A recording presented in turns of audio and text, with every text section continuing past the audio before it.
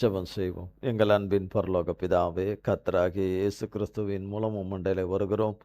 தந்தையாகிய தேவனே, இந்த மாதத்தின் முதலாம் நாளிலே உம்முடைய காலை வேளையிலே தேவரீர் எங்களுக்கு நீர் ஆயத்தம் பண்ணியிருக்கிற உம்முடைய பரத்திலிருந்து கொடுக்கிற உம்முடைய விலையேற பெற்ற ஜீவ போஜனமாகிய சத்திய வார்த்தைகள் எங்களுக்கு சத்திய ஆவியானவராகிய பரிசுத்த ஆவியானவராகிய எங்கள் தகப்பன் எங்களுக்கு தந்தருளும்படி இந்த கால வேளையிலே எங்களுக்கு போதித்து உபதேசித்து தந்தருளும்படியாய் கிறிஸ்து இயேசுவின் நாமத்தினாலே பாதம் பணிந்து திரியக தகப்பனையும் உம் பாதம் பணிந்து மன்றாடுகிறோம். தந்தையே, கிறிஸ்து இயேசுவின் நாமத்தினாலே தந்தையாகிய ஆவியானவரை பாதம் பணிந்து அழைக்கிறோம். தகப்பனே, வருவீராக வருவீராக. இவ்வேளையை பொறுப்படுத்திக் கொள்ளுங்க ஆண்டவரே. அல்லேலூயா. தகப்பனே, அல்லேலூயா. மரித்திருக்கிற ஒவ்வொருவரையும் உயிரோடு கூட எழுப்பி வருகிற ஜீவனுள்ள உம்முடைய வார்த்தைகள் ஆண்டவரே, நிமிடத்துக்கு நிமிடம் மரித்து போகிற மனிதனை உயிர்ப்பிக்கிற, என்றென்றைக்கும் முன் உயிரோடு கூட வைக்கிற, பார்ப்பதிலே உயிரோடு கூட இருக்கிறவன், உள்ளானபடி மரித்து போயிருக்கிற மனுஷியை உயிரோடு கூட எழுப்புகிற ஜீவனுள்ள உம்முடைய வார்த்தைகள், அழியாத வார்த்தைகளை எங்கள் ஆவியானவர் நீர் ஒருத்தர் தான் வேதத்திலிருந்து கொடுக்க முடியும். தகப்பனே, சத்தியத்தை சத்தியமாய் போதிக்கிற, எங்களை கண்டித்து உணர்த்து நடத்துகிற ஆவியானவரே, தகப்பனே, வேலையை பொறுப்படுத்திக் கொள்ளுங்க. மண்ணோட்டை மறைத்துக் கொள்ளுங்க. மாம்சமும் இரத்தமும் வேதத்தின் கூடாததும் புறம்பானவைகள் ஒன்று கூட ஒரு காலமும் என்னிலே காணக்கூடாதுபடி தகப்பனாகிய இயேசு கிறிஸ்துவின் நாமத்தின் அக்கினினாலும் மன்னிப்பின் இரத்தத்தின் அக்கினினாலும் என்னில வேரோடு சுட்டரிக்கப்பட்டு சுட்டரிக்கப்பட்டு சுட்டரிக்கப்பட்டு சுட்டரிக்கப்பட்டு போவதாக. தந்தையே, உம்முடைய நாமமும் இரத்தமும் உம்முடைய மன்னிப்பும் கிருபையும் இரக்கமும் உம்முடைய வல்லமையும் உம்முடைய அபிஷேகமும் உம்முடைய ஆவியின் நிறைவும் அபிஷேகத்தின் நிறைவும் உடைய கிருபா வரங்களும் அழைத்த அழைப்புக்கும் தெரிந்து கொள்ளுதலுக்கும் முன் குறித்ததற்கும் உரிய விசேஷித்த ஆண்டவரே வரங்களும் வெளிச்சமும் ஆண்டவரே அதிகாரமும் வல்லமையினாலும் ஆண்டவரே உடைய சாரத்தினாலும் சத்துவத்தினாலும் தெய்வீக தன்மையினாலும் தெய்வீக சுபாவத்தினாலும் உடைய வெளிச்சத்தினாலும் அக்கினினாலும் ஆண்டவரே ஜெய கீர்த்தினாலும் அல்லேலூயா உம்முடைய ஆவியின் வல்லமை நிறைவினாலும் என்னையும் ஆராதனையிலே பங்கு பெறுகிற யாவரையும் லைவில் இணைந்திருக்கிற யாவரையும் நிரப்பி ஆண்டு கொள்வதாக. நீரே எங்களை ஆண்டு கொள்ளும் ஆண்டவரே. எங்கள் பிதாகுமாரன் பரிசுத்த ஆவியானவராய் மூவராய் ஒன்றாய் இருக்கிற சர்வ சிருஷ்டிகராகிய எங்கள் சர்வ வல்லம் உள்ள தேவனாகிய சர்வ ஜீவனுக்கு அதிபதியும் எங்கள் ஜீவனுக்கு அதிபதியாகிய இயேசு மகாராஜாவுடைய நாமம் மட்டுமே மகிமைப்படுவதாக. இயேசு கிறிஸ்துவின் மூலம் ஜெபிக்கிறோம் பிதாவே. ஆமென். ஆமென்.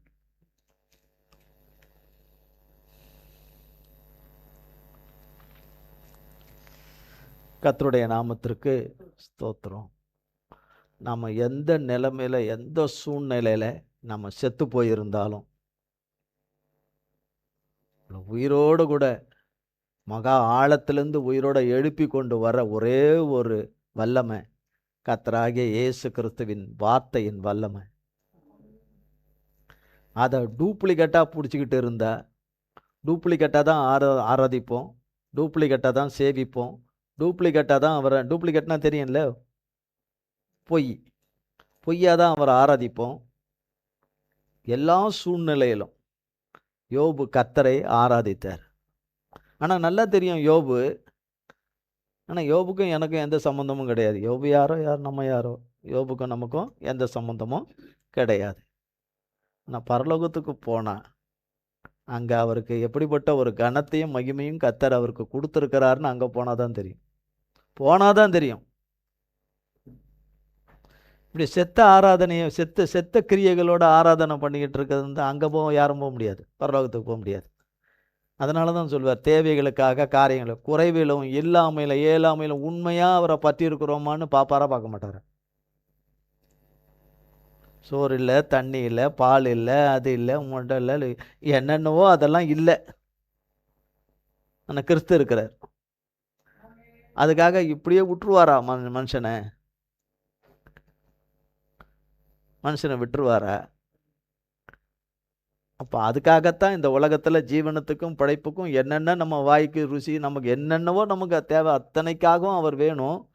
அது ஒரு கொஞ்ச நாள் இல்லாமல் இருந்து பார்த்தா எப்படி உண்மையாக இருக்கிறாங்களான்னு பார்த்தாருன்னா அதில் உண்மையாக இருந்தால் தானே. அப்போ எல்லாம் பார்க்கல, உங்களை மட்டும்தான் பார்க்குறேன்னு பார்த்தாதான் அவரை ஆராதிக்க முடியும், அவரை பாடி துதித்து அவரை மகிமைப்படுத்த முடியும். இல்லைன்னு வச்சுங்க, கேடான குணமும் எரிச்சலும் கோபமும் மூர்க்கமும் வெறித்தனமும் குலப்பாதகமும் குற்றச்சாட்டுகிற எண்ணங்களும் குறை சொல்லுகிற எண்ணம் மனிதனிடத்தில் சாகவே இல்லைன்னா உயிருள்ள உயிருள்ள தேவனுடைய வார்த்தைகள் மனுஷனுக்குள்ள இருக்கவே இருக்காது. ஜீரணமே பண்ண முடியாது. ஜீரணமே பண்ண முடியல. எத்தனை வருடங்களா ஜீரணமே பண்ண முடியல. தேவனுடைய வார்த்தையை அறியாதவன் ஒரு நிமிஷம் அப்படி நின்று எங்கேயோ ஒரு கூட்டத்துல கேட்டுட்டான்னா, கேட்டு அவன் அவன் உள்ளத்துக்குள்ள போயிடுச்சுனாலே அவனுக்கு உயிர் வந்துடும். கிறிஸ்தவ கேள்விப்பட்டதே இல்லை. அன்னைக்கு தான் எங்கேயோ போகிற வழியில் யாரோ பேசுகிறாங்க, சத்தியத்தை பேசுகிறாங்க, ஒரு கூட்டத்தில் பேசுகிறாங்க. நின்று பைக்கை விட்டுட்டு அப்படி நின்று ஒரு 5 நிமிஷம் அது என்ன தான் பேசுகிறாங்கன்னு அப்படி கேட்குறவனுக்கே உள்ளே போயிடும். என்ன தான் பேசுகிறாங்க, அதுதான் கேட்போமே. இந்த மெய்யான தேவன் சொல்கிறாங்களே, அந்த ஒரே தேவன் சொல்கிறாங்களே, இவர் தான் மனுக்குலத்துக்கு ரத்தத்தை கொடுத்தவர், ஜீவனை கொடுத்தவர், மனுஷனை மன்னிக்க வந்தவர்னு, மனுஷனுக்கு மறுவாழ்வு கொடுக்க வந்திருக்கிறவர், அவன் வாழ்க்கையில் இருக்கிற பிரச்சனையெல்லாம் நீக்கிறவர், அவர்கிட்ட வந்தீங்கன்னா அவர்கிட்ட உங்கள் வாழ்க்கையை கொடுத்தீங்கன்னான்னு சொல்கிறாங்களே, கேள்விப்படுறவன் இவங்க என்ன தான் பேசுகிறாங்கன்னு கேட்ட ஒரு 5 நிமிஷம் அப்படி போகிற வழியில் கேட்டவனே ரட்சிக்கப்பட்டுடுறான். நான் பிறந்ததுலேருந்தே ரட்சிக்கப்பட்டு கேட்டுக்கிட்டு இருக்கிறவ இன்னைக்கு வரைக்கும் செத்த நிலைமையில இருந்தால் எப்படி இருக்கும்? செத்த நிலைமையில இருந்தா எப்படி இருக்கும்? நாம் நம்மளாலேயா உயிரோடு இருக்கிறோம்? பொய் சொல்லாமல் சொல்லணும். நம்மளாலேயா உயிரோடு இருக்கிறோம்? இல்லை, நம்மளாலேயா காக்கப்பட்டிருக்கோம்? அப்போ நன்றின்றதே இல்லையா? வெறும் சோத்துக்கு தான் நன்றியா? சோறு போட்டால் தான் நன்றியா? நன்றியா இருக்கணுமா? என்ன நேரமோ எந்த காலகட்டத்திலும் கொடுமைன்னு தாங்க முடியாத கொடுமை தான். எந்த மனுஷனும் எவனும் நம்ம காது குத்து கேட்கவும் மாட்டான், அவனால் பிரயோஜனமும் கிடையாது. ஆனால் கர்த்தர் இருக்கிறாரு, பிரயோஜனத்தை கொடுக்கிறவர், அவனுக்குரிய பிரதிபலனை கொடுக்கிற கர்த்தர் ஒருத்தர் இருக்கிறாரு. காது கொடுத்து கேட்காதவன் தான் மனுஷன், இரக்கமே இல்லாதவன் தான் மனுஷன். அவங்ககிட்டருந்து எந்த நன்மையும் எந்த உதவியும் ஒத்தாசையும் எதிர்பார்க்கறது அதை விட மோசமான ஒரு வாழ்க்கை எதுவுமே கிடையாது. ஆனால் கர்த்தர் ஒருத்தர் நல்லவரும் உண்மை உள்ளவர் இருக்கிறார். உண்மை உள்ளவர் இருக்கிறார். எனக்கு என்ன கொடுத்துருக்கிறாரோ அது எந்த நிலையில இருந்தாலும் முடிந்த வரைக்கும் அதை நம்ம சிறப்பாக பண்ண பார்க்கணும். அவ்வளோதான். என்ன நிலையில இருந்தாலும் அந்த நிலையில என்ன சக்தி இருக்கோ அந்த சக்திக்கு தக்கபடி அவரை ஆராதிச்சு, அவரை துதிச்சு, அவர் நாமத்தை மகிமைப்படுத்தணும். அப்ப அதுவும் இல்லைன்னா அப்ப என்ன ஜீவியம்? என்ன ஜீவியம் இது? என்ன ஜீவியம் இது? ஜீவியம். அதனாலதான் அநேக நாட்களா சொல்லுவாரு, தேவன் கூடாததை கேட்கும் போது மட்டும் உங்களுக்கு எங்கிருந்து வருது உற்சாகம்?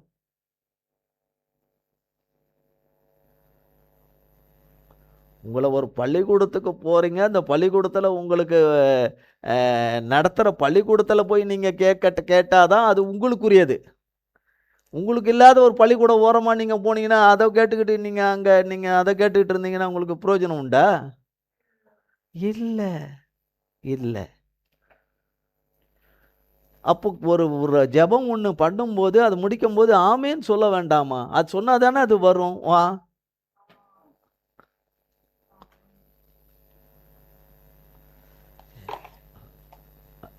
கர்த்தருடைய வார்த்தை, நீ விசுவாசித்தபடியே உனக்கு ஆக கடவுது என்றார்.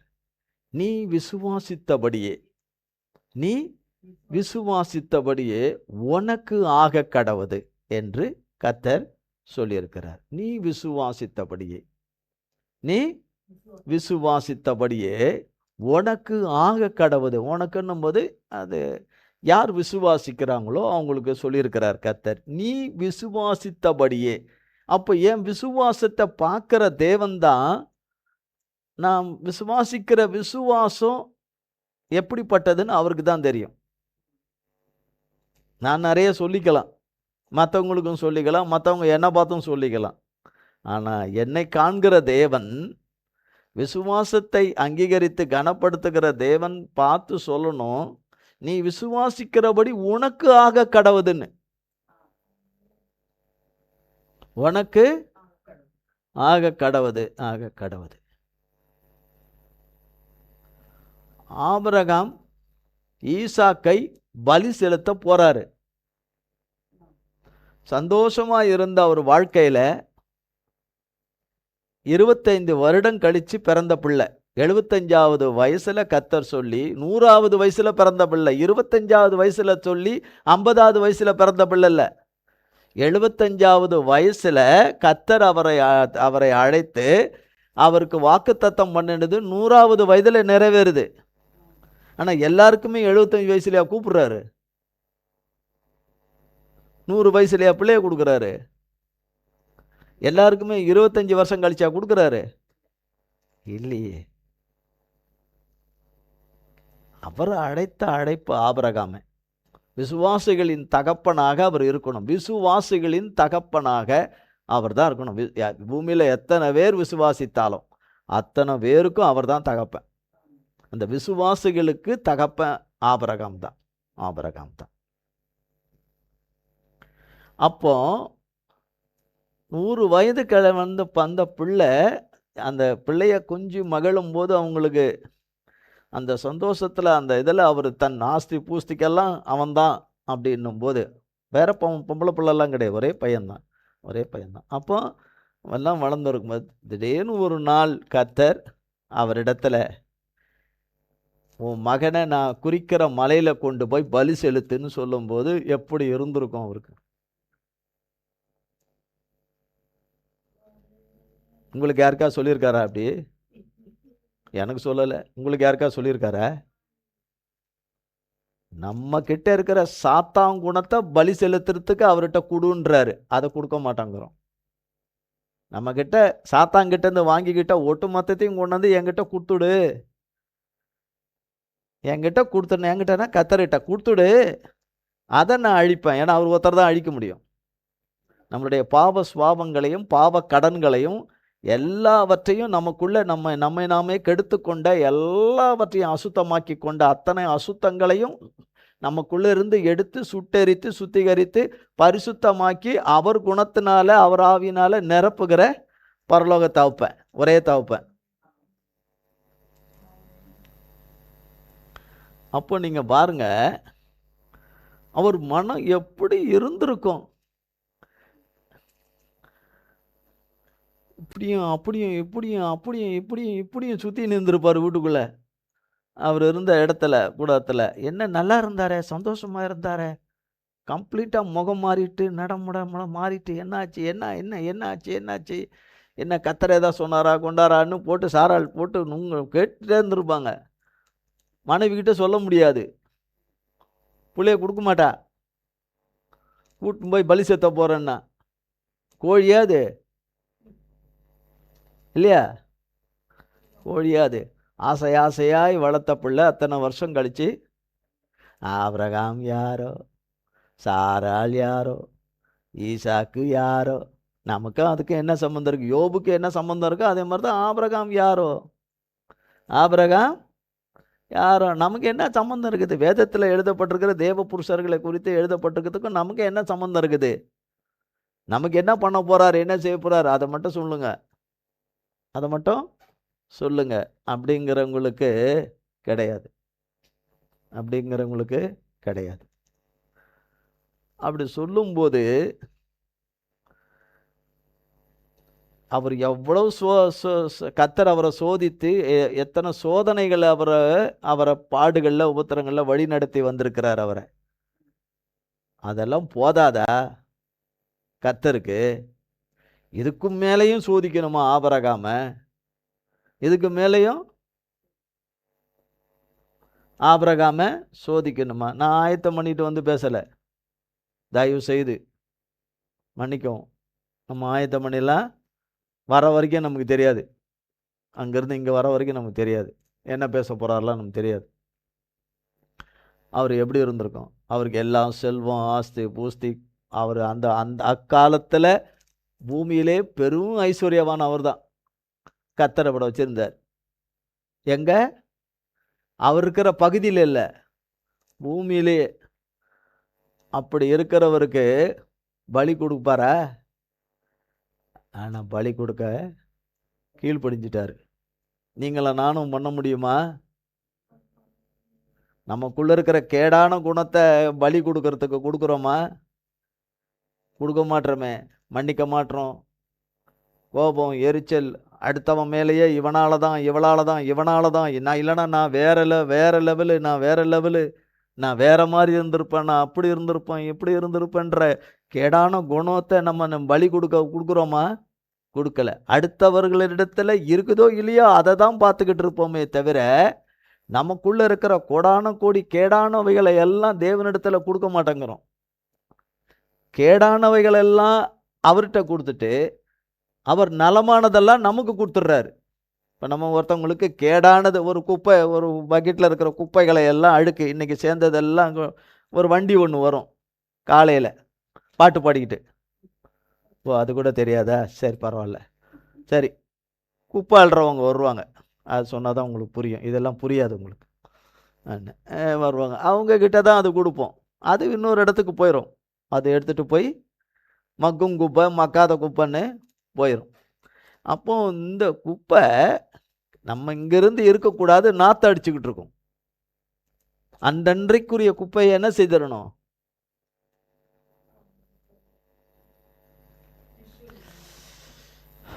கொடுத்து அந்த குப்பையை என்ன செய்திடணும்? வெளியே போட்டுடணும். அந்த குப்பையை என்ன செய்திடணும்?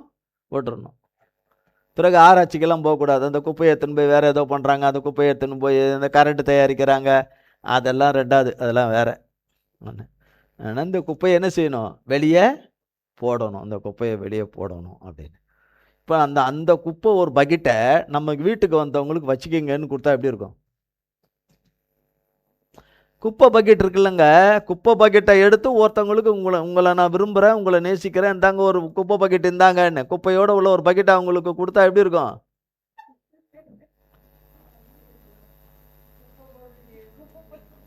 கொடுத்தா எப்படி இருக்கும்? கொடுப்போமா? யாருக்குமே கொடுக்க மாட்டோம் இல்லையா? ஆனால் அது அந்த மாதிரி இருக்கிறத கர்த்தர்கிட்ட கொண்டு வந்து கொடுக்க தான் சொல்கிறாரு. என்னையும் உள்பட கொண்டு வந்து கொடுக்க சொல்கிறாரு. கொடுத்துட்டு அவர் கொடுக்கறது என்ன கொடுக்குறாருன்னு வேதத்தில் ஏராளமாக எழுதி வச்சிருக்கிறார். முதலாவது கிடைக்க வேண்டிய ஒரே ஒரு முக்கியமான ஐஸ்வர்யம் ஆவியானவர். அவர் வருவார். அதுதான் உண்மையான நன்மையும் உண்மையான ஐஸ்வர்யமும் அதுதான், ஆவியானவர் தான். அதுக்கப்புறம் தான் மற்றதெல்லாம். இந்த ஆவியானவர் உள்ள வந்துட்டா, தகப்பன் உள்ள வந்துட்டா, எவ்வளவு சாகடிக்கிற காரியமா இருந்தாலும் நம்மளை சாகடிக்க முடியாது ஆவியானவரால. வேத வார்த்தையை எடுத்து எடுத்து எடுத்து எடுத்து கொடுப்பாரு. எடுத்து எடுத்து கொடுப்பார். வேதத்தை படிக்கணும், வேதத்தை படிச்சிருக்கிற அந்த வேதத்தின் வார்த்தையை எடுத்து எடுத்து கொடுப்பார். ஏசாமிங்க சொல்லி இருக்கிறத எடுத்து எடுத்து கொடுப்பாரு. இந்த சத்தியம் உங்களுக்கு பிடிக்காது.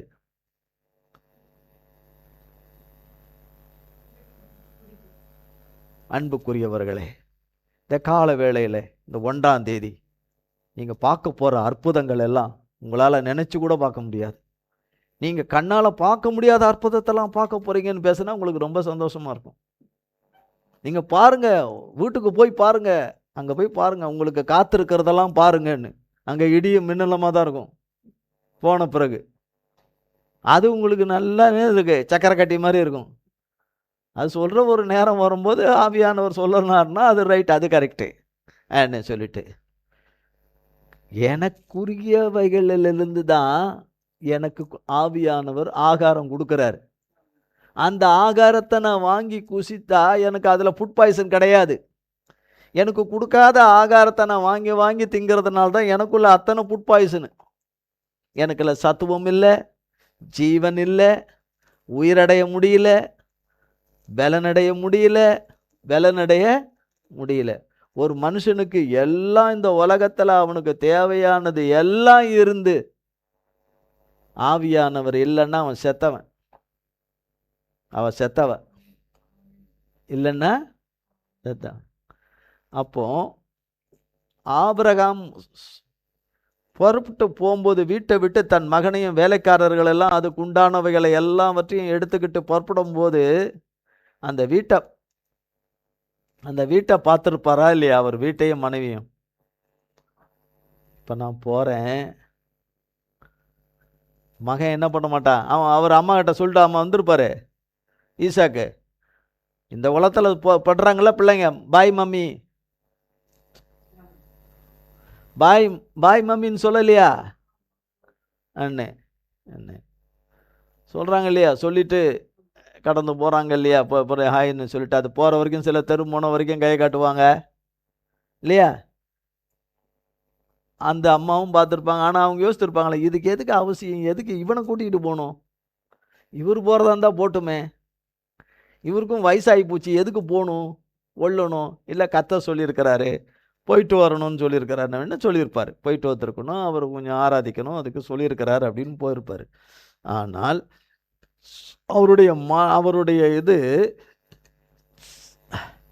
கத்தர் சொன்னும்போது ஷாக்காக இருந்தது அவருக்கு. ஆனால் அவர் செத்து போல, உள்ளான மனுஷனில் நம்ம கேட்கும் போதே செத்துடுறோம், ஏற்கனவே செத்துட்டோம், கேட்கும் போதே செத்துடுறோம். அப்போ கேட்குற தேவ வார்த்தையில் செத்துருல, தேவ வார்த்தையை கேட்க முடியாமல் செத்துடுறோம், கேட்க மனதில்லாமல் செத்துடுறோம், கேட்க மனதில்லாமல் செத்துடுறோம்.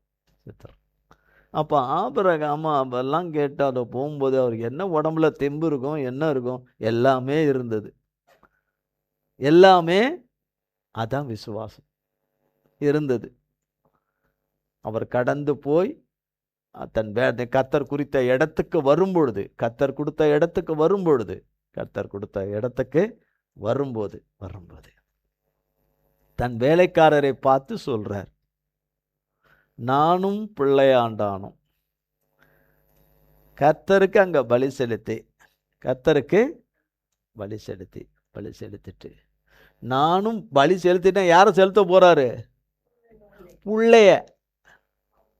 வேலைக்காரங்களுக்கு தெரிஞ்சா விட்டுருவாங்களா, போராடி பிள்ளைய கொண்டு போய் அப்படியே அது சாராளிட்ட ஒப்படைச்சிடணும்னு, இந்த மனுஷனுக்கு ஏதோ பிடிச்சிக்கிச்சுன்னு சொல்லிட்டு, எஜமானுக்கு ஏதோ பிடிச்சிக்கிச்சுன்னு சொல்லிட்டு இப்படியா பண்ணுவாங்க அப்படின்னு சொல்லிட்டு. ஆனால் நானும் பிள்ளையாண்டானும் போயிட்டு கர்த்தருக்கு பலி செலுத்திட்டு திரும்பி வருவோன்னார். அங்கே தான் நீங்களும் நானும் கிடையாது, கிடையவே கிடையாது. நீங்கள் சொல்ல முடியுமா, நானும் நீங்களும்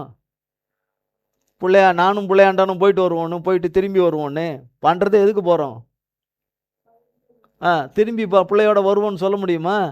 முதல்ல இதை பண்ண மாட்டோம். முதல்ல கர்த்தர் சொல்லும் போதே நீர் சொல்லலாம் ஆண்டவரே, நீர் கிடையாதுன்னு சொல்லிட்டு டப்புன்னு ஓடிடுவோம். நீர் சொல்லலாம் ஆண்டவரே, இது நீர் கிடையாது ஆண்டவரேன்னு ஓடிடுவோம். நீர் கிடையாதுன்னு அடுத்து நான் பண்ண மாட்டேன்னு ஓடிடுவோம் அப்படின்னு சொல்லிட்டு. ஆனால் அதுதான் உண்மை உள்ள ஆராதனை, விசுவாசம் உள்ள தேவனுடைய பிரியமான ஆராதனை. ஒரு காப்பியை பலி செலுத்து, ஒரு டீயை பலி செலுத்து, ஒரு பானத்தை பலி செலுத்துரு அப்படின்னு ஒரு சூழ்நிலை. கர்த்தருக்கு ஸ்தோத்திரம். யோபு சொல்றார், கர்த்தர் கொடுத்தார், கர்த்தர் எடுத்துக்கிட்டார், அவ்வளோதான். கர்த்தர் கொடுத்தார், கர்த்தர் எடுத்துக்கிட்டார். அவர் சொன்னதுலாம் எது, அவர் 10 பிள்ளைங்க, அவருடைய பிள்ளைங்களை சொல்ல முடியுமா? அந்த உண்மையுள்ள விசுவாசம் உள்ள அந்த ஆராதனையை நீங்கள நானும் பண்ண முடியுமா? அப்போ அவரும் தேவன் நம்மளை போல ஒரு மனிதர் தானே. நான் தேவனுக்கு பிரியமானவர், வித்தியாசம் ஒன்று, பிரியமானவர், ரொம்ப பிரியமானவர். ஆனாலும் மனுஷன்தான், அவர் மனுஷன்தான். எல்லா ஆஸ்தி பூஸ்தி அத்தனையும் போயிடுச்சு, ஒரே நாளில் அத்தனையும் போயிடுச்சு, ஒரே நாளில் பிள்ளைங்க போயிட்டாங்க, ஒரே நாளில் மானம் மரியாதை கௌரவம் எல்லாம் பிடுங்கிட்டு போயிடுச்சு, மொத்தமும் எல்லாமே போயிடுச்சு, சுகம் ஆரோக்கியம் எல்லாம் மொத்தமாக பிடுங்கிட்டு போயிட்டு. எங்கேயாவது எனக்கு பலன் இல்லைன்னு அவர் எங்கேயாவது சொல்லியிருக்கிறாரா? சொல்லவே இல்லை. எங்கேயாவது தலை சுத்துதுன்னு சொல்லியிருக்கிறாரா? அவர் உடம்பு பூரா புழுத்துட்டு, நமக்கெல்லாம் அப்படியா இருக்கு? காதுலேருந்து புழு வருதா, கண்ணுலேருந்து புழு வருதா, வாயிலேருந்து புழு வருதா? சாப்பாட்டில் புழுவை பார்த்தாலே ஆத்தால தலான்னு பண்ணிடுவோம், வெட்டுற பழத்தில் புழுவை பார்த்தா அதை ஒன்றும்பா இல்லையா? கண்ணில் வாயில் புழுவில் மூக்கில் புழு வருதுன்னா சும்மாவா? ஆனால் அவர் சாகலை, தேவன் மேலே இருக்கிற நம்பிக்கையிலும் விசுவாசத்தில் அவர் சாகலை. ஆனால் நமக்கு எந்த புழுவும் வரல, எதுவும் வரல. ஆனால் செத்தவர்களாக இருக்கும். என்னவா இருக்கிறோம்? செத்தவர்களாக இருக்கிறோம். ஒத்துக்கணும், செத்தவர்களாக இருக்கணும். அப்போ அப்படியே இருந்துக்கிட்டே இருக்கலாமா? செத்தவர்களாகவே இருந்துட்டு இருக்கலாமா? இப்போ எல்லா வகையிலும் கர்த்தர் மேலே நம்பிக்கை வைக்கிறதுக்கான எந்த சாத்தியக்கூறுமே இல்லை யோபு வாழ்க்கையில்.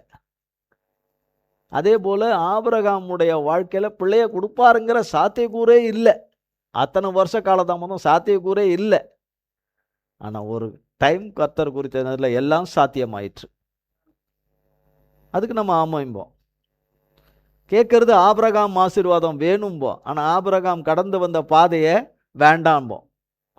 யோபு ஆசீர்வாதம் வேணும், ஆனால் யோபு கடந்து வந்த பாதை எனக்கு வேண்டான். எனக்கு வேணாம். எனக்கு நோவாமல் கொடுக்குறீங்களா கொடுங்க. என்னை புடமிடாமல், என்னை சுக்க தங்கமாக மாற்றாமல் கொடுக்குறீங்களா கொடுங்க. என்னை சோதிக்காமல் கொடுக்குறீங்களா கொடுங்க. என்னை சோதிக்காமல் இருக்கிறீங்களா கொடுங்க. என்னை பாடுகள், உபத்திரவம், அது இது எதுவும் இருக்கக்கூடாது என் வாழ்க்கையில். எந்த அவமானமும் எதுவும் இருக்கக்கூடாது. எந்த சுகக்கேடும் இருக்கக்கூடாது. அப்படி எனக்கு கொடுக்கணும். நீங்கள் அப்படி எனக்கு கொடுக்கணும். அப்படிலாம் வேதத்தில் இல்லை, கிடையாது. அப்படி கிடையவே கிடையாது. அப்போ உயிர் உள்ளவர்களாய் எப்போ தான் இருப்போம்? உயிர் உள்ளவர்களாய் எப்படித்தான் இருப்போம்? மத்தேயு எழுதின சுவிசேஷம் 8ஆம் அதிகாரம்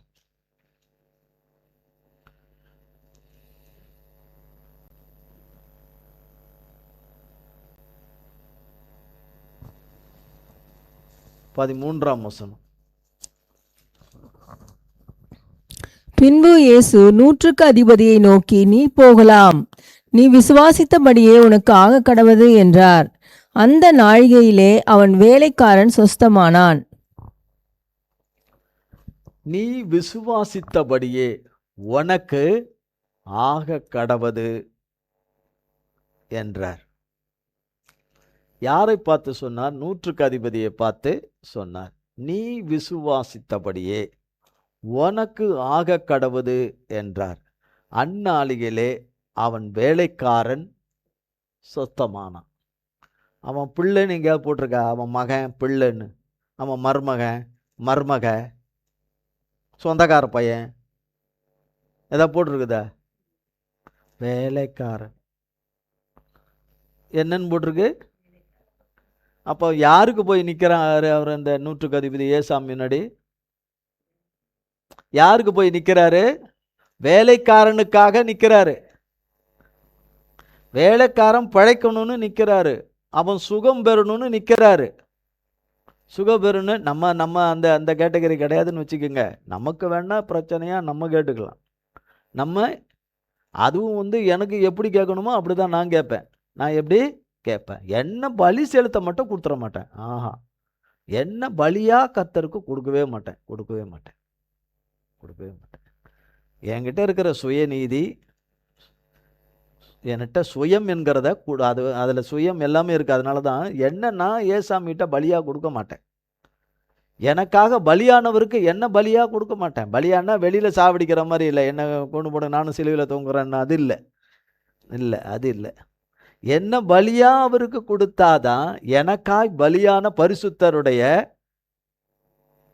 ஆவி எனக்குள்ள வரும். அது இல்லாமல் வராது.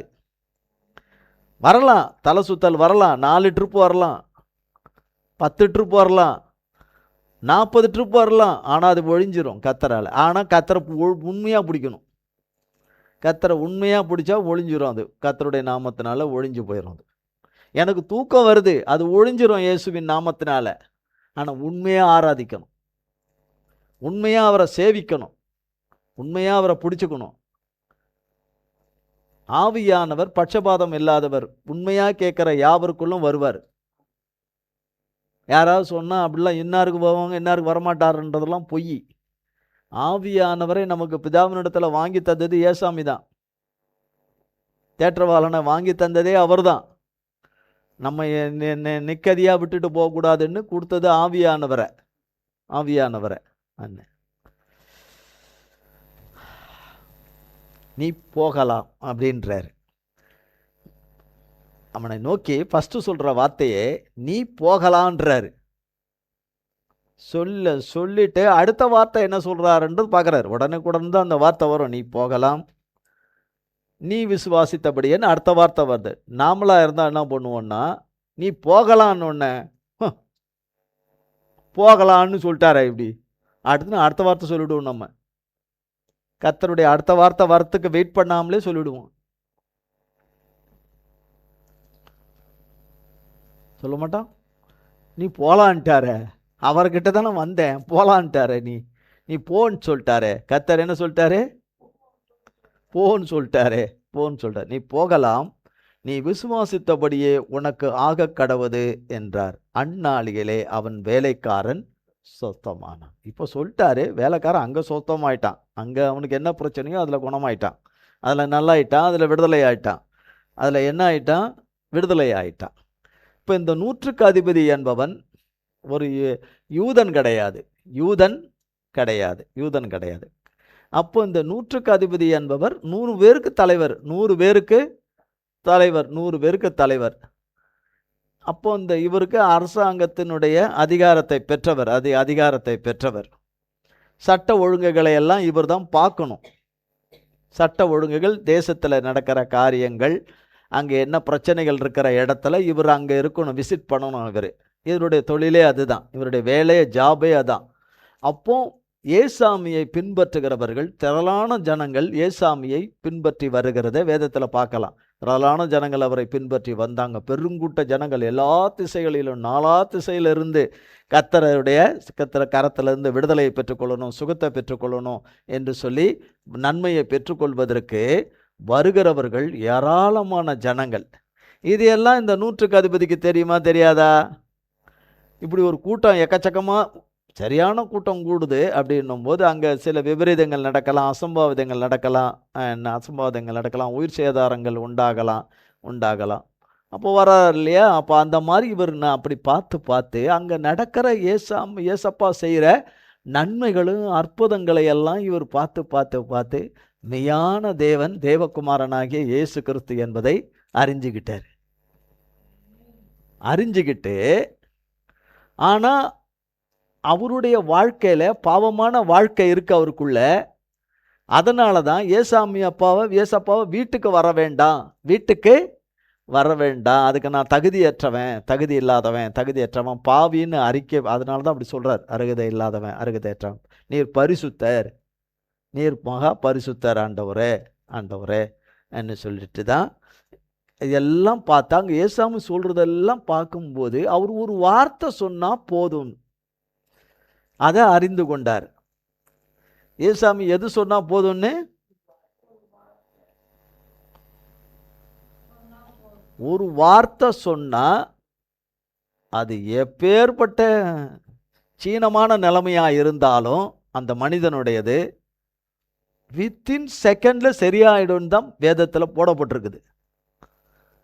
வித்தின் செகண்ட்ல சரியாயிடும்னு சொல்லப்பட்டிருக்கு. அப்போ இவருடைய விசுவாசத்தை கர்த்தர் பார்க்குறாரு,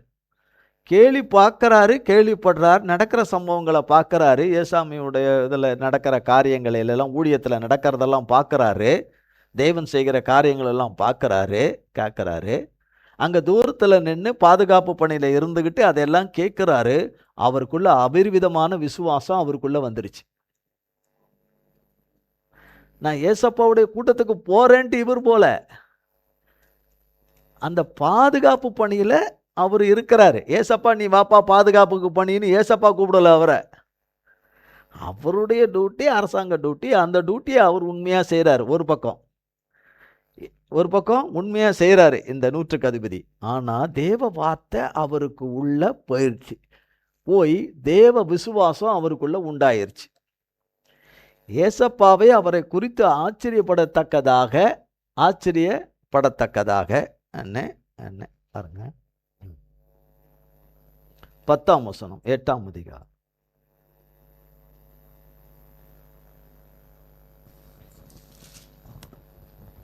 இயேசு இதை கேட்டு ஆச்சரியப்பட்டு தமக்கு பின் செல்கிறவர்களை நோக்கி, இஸ்ரவேலருக்குள்ளும் நான் இப்படிப்பட்ட விசுவாசத்தை காணவில்லை என்று மெய்யாகவே உங்களுக்கு சொல்லுகிறேன். பாருங்க, ஏன் இப்படி கேட்டாருன்னா 8ஆம் வசனம் பாருங்க. பாருங்க, 100க்கு அதிபதி பாருங்க 6ஆம் வசனத்திலிருந்தே வாசிங்களேன். ஆண்டவரே, என் வேலைக்காரன் வீட்டிலே திமிர்வாதமாய் கிடந்து கொடிய வேதனைப்படுகிறான் என்று அவரை வேண்டிக் கொண்டான். அதற்கு இயேசு, நான் வந்து அவனை சொஸ்தமாக்குவேன் என்றார். நிறுத்தி இருக்கலாம்ல அதோட. ஏசாமியே என்ன சொல்றாரு? ஏசாமியே என்ன சொல்றாரு? நான் வரேன்றாரு. ஏசாமி நான் வரேன்றாரு. ஆனா ஏசாமிக்கு தெரியுமா தெரியாதா? உண்மையிலே ஏசாமி அங்கே போகிறாரா இல்லை போகாமலேயே அவன் வந்திருக்கிறவன் காரியம் நடக்க போகுதுன்னு ஏசாமிக்கு தெரியுமா தெரியாதா?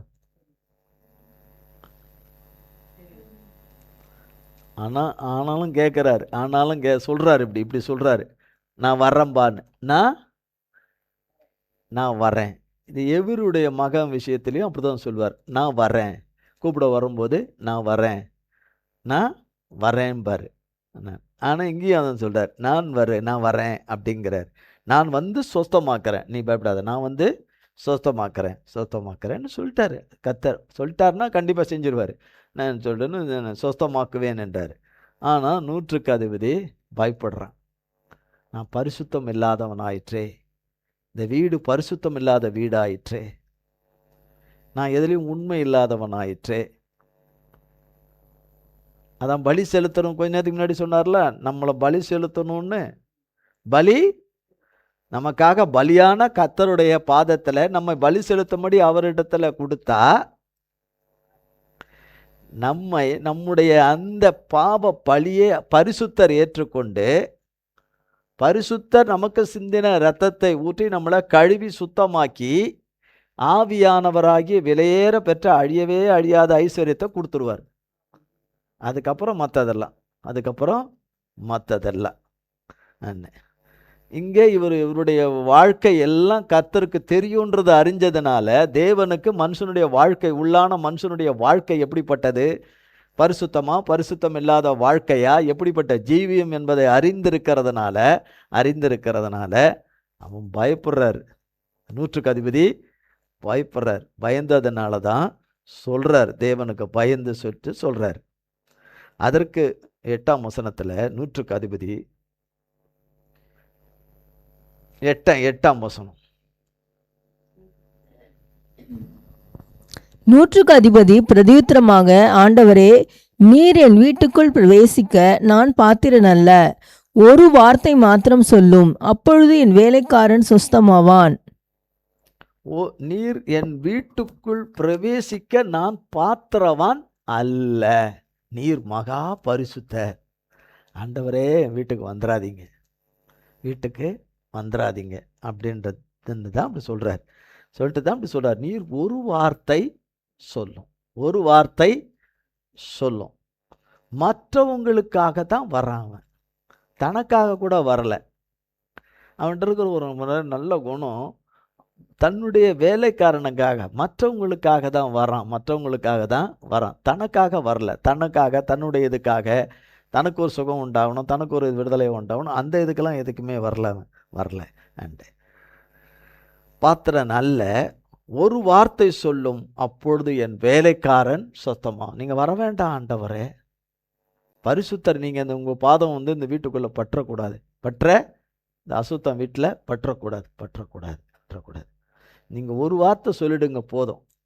ஒரு வார்த்தை சொன்னாலே போதும். ஏன்னா கர்த்தர் செய்த அநேக காரியங்களை கண்டவனாக இருந்ததுனால, பரிசுத்தரை கண்டதுனால, அவருடைய வல்லமை எப்படிப்பட்டதுன்னு கண்டதுனால, ஒரு வார்த்தை சொன்னாலே மேட்ரு ஓவராயிரும்ன்றதை அறிஞ்சதுனால நான் சொல்லுறேன், சுத்தமாவேன் என்று சொல்லி. அப்போ 9ஆம் வசனம், நான் அதிகாரத்துக்கு கீழ்ப்பட்டவனாயிருந்தும் எனக்கு கீழ்ப்பட்டிருக்கிற சேவகரும் உண்டு. நான் ஒருவனை போவென்றால் போகிறான், மற்றொருவனை வாவென்றால் வருகிறான், என் வேலைக்காரனை இதை செய்யென்றால் செய்கிறான் என்றான். இது என்னைக்கு 100க்கு அதிபதிக்கு ஒரு அதிகாரம் இருக்குது. அந்த அதிகாரத்தில் எனக்கு கீழே வேலை செய்கிறவங்களுக்கு ஒன்று சொன்னால் அவங்க போய் செய்வாங்க. கட்டளை கொடுத்தா வேலைக்காரங்க செய் இந்த அதிகாரம் இருக்குது. நீ சர்வலோகத்துக்கும் ஆண்டவராக இருக்கிறீர், உங்ககிட்ட இல்லாத அதிகாரமே கிடையாது. அதனால தான் நீங்கள் ஒரு வார்த்தை சொல்லுங்கள், அதிலே அத்தனை அதிகாரமும் வல்லமையும் இருக்குன்றான். நீங்களும் நானும் சொல்லவே மாட்டோம். சொல்லவே என்ன பலியாக கொடுக்காம என்னை ஏன் இப்படி வச்சிருக்கீங்க ஆண்டவரேன்னு கேட்கறது மகா தப்பு. என்ன பலியாக கொடுக்க வேண்டியவைகளை எல்லாம் பலியாக கொடுக்காம நான் வச்சுக்கிட்டு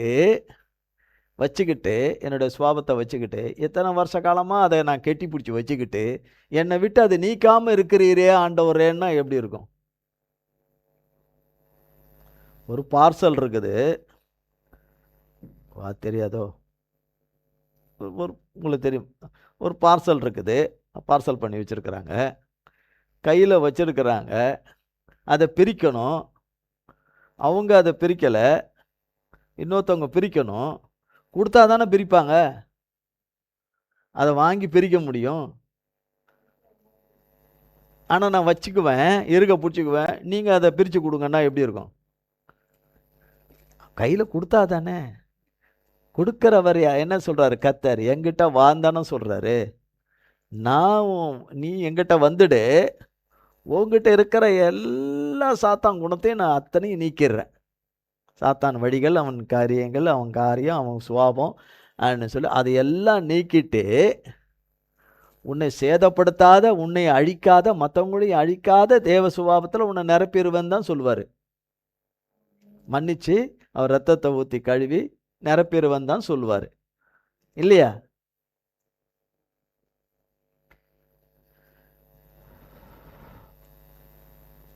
பத்தாம் வசனம். இயேசு இதை கேட்டு ஆச்சரியப்பட்டு தமக்கு பின் செல்லுகிறவர்களை நோக்கி, இஸ்ரவேலருக்குள்ளும் நான் இப்படிப்பட்ட விசுவாசத்தை காணவில்லை என்றார். ஏசாமியை சொல்கிறார், நான் இப்படிப்பட்ட விசுவாசத்தை நான் காணவே இல்லை.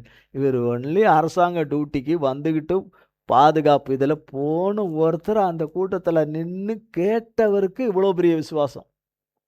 அப்போ அவர் கூட்டத்துக்கு வருஷக்கணக்காக போகிறவங்களுக்கு எவ்வளோ இருக்கும் இல்லையா? எக்கச்சக்கமாக இருக்கும் இல்லையா? ஒன்றுமே இருக்காது. அநேக காலங்கள்லாம் நிறைய பேர் சொல்லியிருக்காங்க, நான் ஸ்கூலில் வெளியிலிருந்து படிக்க முடியல, வெளியிலிருந்து ஸ்கூலில் நடக்கிறத நான் ஜன்னல் வழியாக கேட்டே நான் படித்து நான் ஆளாயிட்டேன்றவங்களாம் இருக்காங்க. இன்னும் கொஞ்சம் பேர், ஆண்டவரே நான் ரகசியமாக ஏற்றுக்கொண்டேன், நான் ஆலயத்துக்கு போனால் என் வீட்டார் கொண்டே விடுவானுங்க, அதனால் வெளியிலிருந்தே அங்கே பேசுகிற சத்தத்தை கேட்டே கர்த்தரை சொந்த ரட்சகராக ஏற்றுக்கொண்டு ஆவியானவராலே நிறைஞ்சி அந்நிய பாஷை பேசினவங்களும் நிறைய பேர் இருக்காங்க. நிறைய பேர் இருக்கிறாங்க. அப்போ தேவனுடைய கிருபையினால தேவனுடைய வியாபகத்துக்குள்ள, தேவனுடைய கூடாரத்துக்குள்ள கேட்குறவங்களுக்கு எப்படி இருக்கணும்? ஆண்டவருடைய வார்த்தையை ஜன்னல் வழியாக கேட்ட அநேகர் ரட்சிக்கப்பட்டு, அநேகர் பரிசுத்தாவினால நிறைந்து அந்நிய பாஷையினாலே பேசி தேவனுக்கு பிரியமா விசுவாச மார்க்கத்தாரா ஆனவங்க நிறைய பேர் இருக்கிறாங்க. எப்படி? அவங்க பார்த்துருவாங்களா, இவங்க பார்த்துருவாங்களா, எவனா சொந்தக்காரன் பார்த்துருவானா, இவன் பார்த்துருவானா, நான் ஆண்டவர் பிரசங்கத்தை கேட்குறேன், ஆண்டவர் வார்த்தையை கேட்குறேன், ஆண்டவர் தான் என் தெய்வமாக ஏற்றுக்கொண்டேன்னு யாரா பாத்திர போகிறான்னு ரகசியமாக ஏற்றுக்கொண்டவங்க எவ்வளோ பேர் வைராக்கியம் உள்ளவங்க. அவங்க தான் அதிக வைராக்கியம் உள்ளவங்க. சௌரியமாக இருக்காங்க பாருங்க, சீட்டுன்னா தெரியும்ல, சேரில் சௌரியமாக இருக்காங்க பாருங்க, அவங்களுக்கு அந்த இது இல்லை, கிடையாது. அவங்க தேவைக்கு கர்த்தர் எப்படியெல்லாம் இருக்கணுமோ, எப்படியெல்லாம் பண்ணணுமோ, அதுக்கு என்ன பண்ணணுமோ, ரியாக்ட் பண்ணணுமோ அந்த ரியாக்ட் பண்ணணும். ரியாக்ட் என்ன, அதுக்கேற்றபடி நம்ம கர்த்தர்கிட்ட கேட்கறதுக்காக நம்ம ஆடணும், கொள்ளணும், நம்ம பரிதாபப்படுற மாதிரி இருக்கணும், கொள்ளணும், அவ்வளோதான். ஆனால் இந்த வகையான விசுவாசம், தேவ நம்பிக்கை என்பது விலையேற பெற்றது. இந்த விசுவாசம், அதனால தான் கர்த்தர் சொன்னார், நீ விரும்புகிறபடியே, நீ விசுவாசித்தபடியே, அதனால தான் நீ போகலாம்னு சொல்லிட்டு நீ விசுவாசித்தபடியே உனக்கு ஆக கடவுதுன்ட்டார். உனக்கு ஆக கடவுது என்னார். அந்நேரமே வேலைக்காரன் விடுதலை ஆயிட்டான். அப்போ திமிர்வாதமாக படுத்திருக்கிறான்னும் போது அது எல்லாமே பிசாசின் கிரியை, எல்லாமே பிசாசினுடைய கிரியைகள், பிசாசினுடைய கிரியைகள். அடுத்த நிமிஷமே டெலிவரன்ஸ், அடுத்த நிமிஷமே டெலிவரன்ஸ் ஆயிட்டான், விடுதலை பெற்றுக்கொண்டான். கர்த்தருடைய நாமத்தினாலே விடுதலை பெற்றுக்கொண்டான். கர்த்தருக்கு ஸ்தோத்திரம். நீ விரும்புகிறபடியே, நீ விரும்புகிறபடியே உனக்கு ஆக கடவது என்றார். இப்போ நம்ம பார்த்து சொல்லுவாரா? நூற்றுக்கு அதிபதிகிற விசுவாசம் உங்ககிட்ட இருக்கு. ஆபிரகாம் கிட்ட நான் பார்த்த அந்த விசுவாசம் இருக்கு. யோபு கிட்ட இருந்த அந்த விசுவாசம் உங்ககிட்ட இருக்குது. சிங்கக்கபியில இருந்த தாவீது கிட்ட இருந்த, தானியல் கிட்ட இருந்த விசுவாசம் உங்ககிட்ட இருக்குது. கோலியாத்துக்கு முன்னாடி நின்ன தாவீது கிட்ட இருந்த அந்த விசுவாசம் இருக்குன்னு நம்மளை பார்த்து கர்த்தர் சொல்லுவாரா? நம்ம சொல்லுவோமா? எங்கிருந்து சொல்லுவோம்? அதுக்கு எதுக்கும் நமக்கு சம்மந்தமே இல்லையா? எங்கிருந்து சொல்லுவோம்? எங்க பெயர் விசுவாசத்தை வச்சுக்கிட்டு, பெயருக்கு ஏசாமியை வச்சுக்கிட்டு பெயர் விசுவாசத்தை வச்சுக்கிட்டு இருக்கிறதுனால பலன் இல்லை. மெய்யாய் தேவனை அண்டிக் கொண்டு, மெய்யாய் தேவ வார்த்தையை உள்ளார எடுத்து, இந்த உலக சுகபோக வாழ்வுக்காக, உலக தேவைக்காக, உலக சுகபோக வாழ்வுக்காக அவரை அண்டிக்கிட்டு, அவரை பிடிச்சிக்கிட்டு அதில் நின்றுக்கிட்டு இருக்கிறதுலலாம் விசுவாசத்தில் வளரவே முடியாது. தேவரகமான அந்த விசுவாசங்கள், தேவன் சொல்லுகிற அந்த விசுவாசம் மனிதர்களுக்குள்ளே காணப்படுவது கிடையாது. தேவன் தம்முடைய பிள்ளைகளை நடத்துகிற வழியிலே அவர்களை உருவாக்கி கொண்டு புடமிட்டு புடமிட்டு புடமிட்டு சோதித்து புடமிட்டு அவர்களை உருவாக்கி கொண்டு வருகிறவர்களிடத்துல தான் இப்படிப்பட்ட விசுவாசங்கள் காணப்படும். அவர்களை தான் விட்டு வைக்க மாட்டாங்களே, அப்படிப்பட்டவங்கள தான் விட்டு வைக்க மாட்டாங்களே. கொத்துக்கறி போடு போடு போடு போடு போடுன்னு எப்படி விசுவாசம் இருக்கலாம்? எப்படி? அப்படிதான். அதனால தான் யோபு மனைவி, எப்படி உனக்கு இருக்கலாம் தேவன் மேலே, உனக்கு இன்னமும் அந்த நம்பிக்கை இருக்கலாம், போடு அவனை அப்படின்னு வந்ததே அதனால தான். அப்போ நமக்குள்ள இருக்கிற விசுவாசத்தை போடு, இருக்கவே கூடாது, கொன்னுடுன்னு சொல்றது யாரு? சாத்தான். சாத்தான் மனிதர்கள் மூலமாக, அது எந்த வகை மனிதரோ, எந்த மனிதரோ, மனைவியா இருக்கலாம், கணவரா இருக்கலாம், தகப்பனா இருக்கலாம், தாயா இருக்கலாம், மகளா இருக்கலாம், மகனா இருக்கலாம், வந்து கொல்லுன்னு கொல்றவனை அணைச்சிக்கிறவங்க கிட்ட இந்த விசுவாசம் என்பது இருக்கவே இருக்காது. அவங்கள பார்த்து கர்த்தர் இதை சொல்ல மாட்டார். நீ விசுவாசித்தபடியே உனக்கு, அங்கே விசுவாசம் இருந்தால் தானே சொல்லுவார், நீ விசுவாசித்தபடியே உனக்கு ஆக கடவுதுன்னு. அப்போ அவரை காலை வேளையில் அவரை விசுவாசிக்கிறவர்களுக்கு கர்த்தராலே ஆக கடவுது என்று சொல்லப்பட்டிருக்குது.